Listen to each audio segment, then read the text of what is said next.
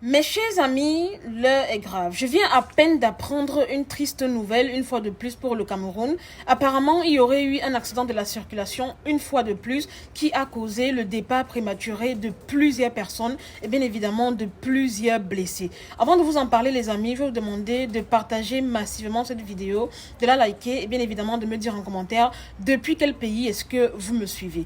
Alors les amis, pour revenir en fait à notre sujet, ce matin en fait, j'étais en train de défiler sur Facebook et j'ai vu il y a plus de 5 heures de temps qu'il y avait eu un grave accident du côté du nord Cameroun, plus précisément en Gaoundéré, où un bus de touristique a carrément quitté la chaussée et s'est retrouvé carrément de l'autre côté de la route, tout détruit, tout bousillé. En fait, ce qui me fait mal les amis, c'est que dans le bus en question, c'était un bus de 70 places, comme vous le savez, 8 personnes ont malheureusement trouvé la mort, tandis qu'il y a énormément de blessés. D'après ce qui se dit, l'accident en fait serait survenu avec un camion qui venait en face à vive allure, avec qui le bus en question aurait fait une collision avant de se retrouver, comme je l'ai dit, de l'autre côté de la route en fait. Malheureusement, jusqu'à présent, certaines personnes ne savent pas réellement qu'est-ce qui s'est passé, mais une source que j'ai vue sur une page Facebook dit clairement qu'il y a eu un problème de frein du côté des bus de touristique, raison pour laquelle le bus aurait perdu le contrôle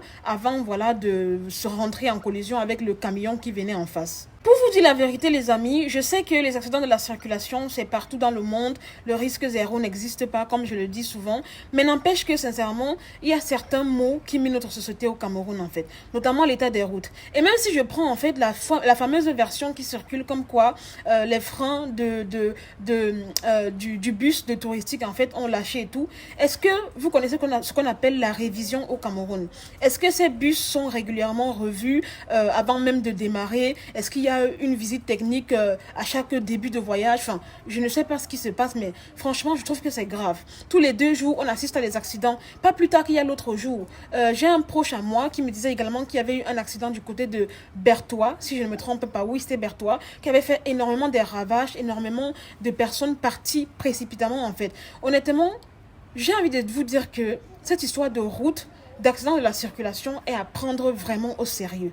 Je ne sais pas si vous vous rappelez, mais après le départ prématuré de Gabriel Langip suite à son accident, j'avais fait une vidéo dans laquelle j'interpellais un peu les gens haut placés, donnant quelques solutions en fait pour pouvoir améliorer et réduire en fait le taux d'accident au Cameroun. Notamment, je parlais de l'état des routes. On est d'accord quand même qu'au pays en fait, on a beaucoup de routes à sens double comme ça, c'est-à-dire que 2 routes en fait à contresens qui sont carrément collées. On est d'accord qu'on on n'a pas de large route en fait, et c'est la raison pour laquelle il y a plein d'accidents. Sans compter en fait les gens qui conduisent souvent sans permis, qui ne connaissent pas le code de la route. En fait, parce que j'ai l'impression qu'il y a énormément de personnes en fait qui savent juste manier le volant, mais qui ne connaissent pas le code de la route. La dernière fois, j'étais en train de défiler sur Facebook, je suis tombée sur une vidéo qu'avait posté le blogueur Zui Mantao. En fait, dans la vidéo en question, il y avait un monsieur qui a filmé un bus de voyage en train de faire un dépassement, mais laisse tomber quoi. C'est-à-dire que non seulement le bus en question venait à très vive allure, mais aussi le bus en question avait doublé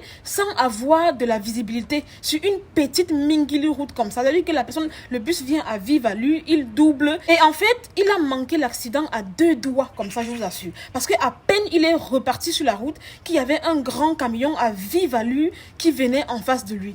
Donc vous voyez, les comportements comme ça, moi je ne sais pas. Bon, pour le cas de l'accident du Nord, on dit que ce sont les freins qui ont lâché.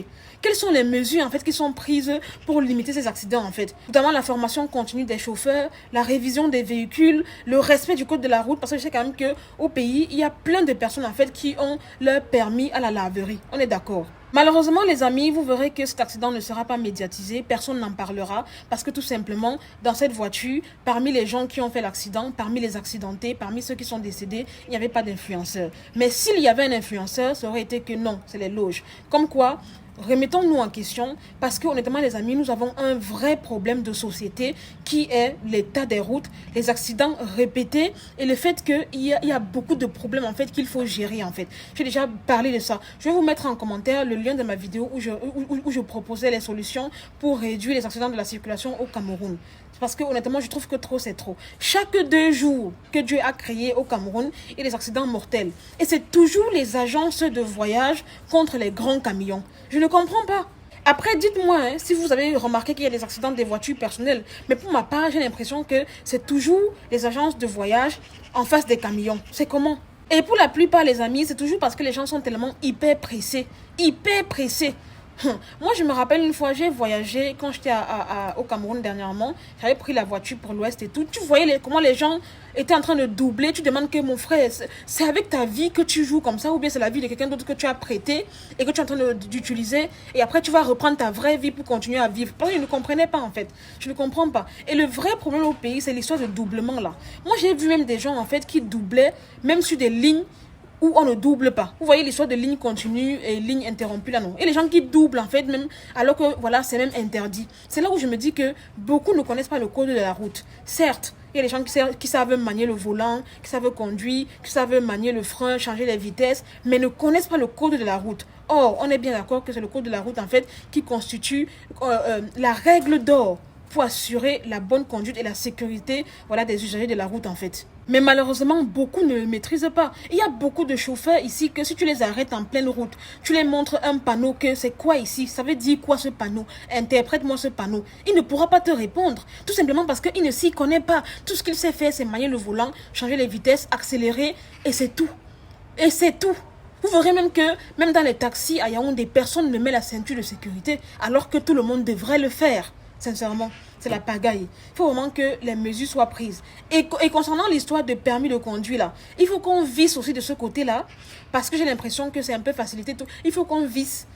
On visse vraiment. Déjà que, vraiment, tu fais des heures de conduite, tu passes vraiment le code de la route, tu maîtrises vraiment, quoi. Parce que tous ces accidents interviennent suite au fait que les gens ont le permis sans savoir vraiment c'est quoi le code de la route, sans savoir conduire. Je trouve, hein.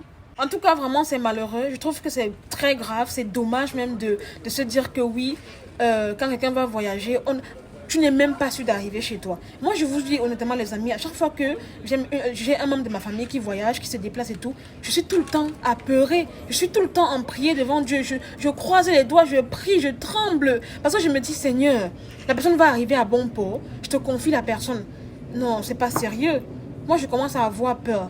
Nos routes là, c'est ça qui tue. Je suis désolée, mais c'est les mots exacts en fait. C'est le vrai problème. 8 personnes partent comme ça de manière prématurée, tout simplement parce qu'ils ont voulu voyager. C'est-à-dire que ce qui les a coûté la vie là, c'est parce qu'ils ont voulu se déplacer d'une zone à une autre, d'une ville à une autre. Il faut que ça cesse. Il faut que ça cesse. Et je pense que même les agences de transport devraient se pencher également sur cette histoire d'accidents parce qu'il y a trop d'accidents sur les agences de transport. Trop. Il faut que tous les directeurs, les responsables des agences de transport puissent faire des formations continues à leur personnel. Quand je parle de formation continue, je ne demande pas voilà, qu'on fasse repasser le permis à un chauffeur X ou Y. Non. Il suffit juste voilà, de sensibiliser la personne sur le danger qui se trouve sur la route. Sensibiliser la personne sur le fait que, voilà, il faut prendre conscience qu'il y a d'autres personnes qui peuvent conduire mal. Il faut y aller mollo. Ne pas faire des dépassements abusifs. Prendre conscience du fait que, voilà, dans notre bus, nous avons la responsabilité de 70 vies, en fait. Est-ce que les chauffeurs savent même souvent ça, en fait? Est-ce que vous avez conscience quand vous conduisez mal, là? Quand vous doublez à tout bout de champ que 70 personnes comptent sur vous pour assurer leur sécurité? Est-ce que vous avez conscience de ça, en fait? Je pense vraiment que les responsables des agences doivent vraiment se pencher là-dessus. En fait, les amis, je vais vous raconter une petite anecdote. En 2020 ou 2021, je ne me rappelle plus, j'étais rentrée au Cameroun et en fait, j'étais partie dans le village de ma grand-mère. On est parti, tout s'est bien passé. Maintenant, en rentrant, je ne sais pas ce qui s'est passé. On avait pris un bus d'une agence dont je tairai le nom. Hein. On a commencé à rouler et tout. À un moment donné, le bus a commencé à accélérer d'une vitesse, mais pas possible, quoi. C'est-à-dire que tu étais assis dans le bus, tu sentais vraiment que le bus partait à vive allure. Vous voyez un peu ce que je veux dire? Et à chaque fois, il faisait des dépassements abusifs. C'est-à-dire qu'il dépasse comme ça à vive allure, alors qu'il y a un autobus qui vient de l'autre côté et tout. À un moment donné, les mamans ont commencé à lui dire que non, ralentis. Parce que plusieurs mamans ont vu leur vie défiler comme ça, en fait. Plusieurs mamans sont levées, ils sont partis, elles sont parties voir le chauffeur pour lui dire, voilà, ralentis, parce que là, tu vas vraiment très vite. Et que la personne filait, la personne allait à vive allure au point où, dans le bus, on faisait seulement comme ça, là. Tellement il allait vite, en fait. C'est là où je me suis rendu compte que vraiment, ces chauffeurs qui conduisent ces bus-là, ils ne sont pas mentalement responsables. Vous voyez un peu? En fait, ils ne se rendent pas compte du poids qui pèse sur leurs épaules. En fait, ils n'ont pas vraiment... je sais pas comment je vais vous dire ça en fait. Ils ne sont pas conscients du fait qu'ils portent 70 vies dans leur bus. Pour eux, ils se disent oui, je conduis un bus de 70 places. Mais ce n'est pas que des places, c'est des vies humaines. Et en cas d'accident, ce sera des pertes en vies humaines. Pas une perte matérielle en fait. Il faut que les chauffeurs de bus prennent conscience de ça. Et des fois, j'ai l'impression que même leur vie leur importe peu. Parce qu'en fait, ils se disent peut-être que oui, je conduis, mais en cas d'accident, ce sont les autres qui vont mourir. Mais non. En cas d'accident, même toi, le chauffeur, quelque chose peut t'arriver. On est d'accord. D'autant plus qu'il y a certains bus en fait qui n'ont même pas de ceinture de sécurité. C'est trop grave. 70 places, parmi lesquelles aucune ceinture de sécurité. En tout cas, beaucoup de courage aux familles éprouvées. Voilà, beaucoup de courage à ceux qui sont encore en vie. Battez-vous jusqu'au bout. Voilà, voilà. Et j'espère vraiment que le bon Dieu se souviendra de vous. Vraiment, beaucoup de courage à tous les blessés. Beaucoup de courage aux familles de ceux qui sont partis. Je suis vraiment désolée. Une fois de plus, on assiste à un accident de manière impuissante. Tout ce que moi je peux faire, c'est en parler sur les réseaux sociaux, proposer mes solutions, essayer de donner, je sais pas moi, ma voix pour que ça passe, pour que ça soit quand même médiatisé. Parce que vous voyez que, bon, j'ai vu quand même que quelques personnes en parlent, mais pas trop. Ça ne fait pas le buzz parce que, bon, parmi les accidentés, parmi ceux qui sont partis, il n'y a pas d'influenceurs. Donc, à quoi bon? C'est quoi la valeur ajoutée? On ne pourra pas dire telle ou telle chose, malheureusement. En tout cas, les amis, je compte vraiment sur vous pour partager la vidéo au maximum. Dites-moi en commentaire si vous étiez au courant également de l'accident en question. J'espère qu'aucun de vos proches n'y était. Vraiment désolé pour ceux voilà, qui ont perdu les leurs. Voilà les amis, c'est tout pour cette vidéo. C'était Marie Bibi pour un petit débriefing, vite fait, bien fait. N'hésitez pas à mettre en commentaire vos avis. Dites-moi voilà, si vous avez entendu parler, comme je vous ai dit. Likez la vidéo, partagez-la au max. Prenez soin de vous les amis. Et à chaque situation, remettez toujours votre sort à Dieu. Parce que nul ne connaît ni le jour ni l'heure. Prenez soin de vous et à chaque fois que vous avez voilà, l'occasion, l'opportunité d'être responsable voilà, pour votre vie et même pour la vie de ceux qui sont autour de vous, faites-le. C'est vraiment très important. Et si tu es chauffeur de bus, de taxi, peu importe, et que tu m'écoutes, fais attention à toi. Aie un comportement responsable à chaque fois que tu conduis des gens ou à chaque fois que tu es seul. Parce que dis-toi que tu es responsable de ta sécurité et de celle des autres usagers de la route. Voilà, prenez soin de vous. Je vous aime, je vous fais de gros bisous et à très bientôt pour une nouvelle vidéo. Bye!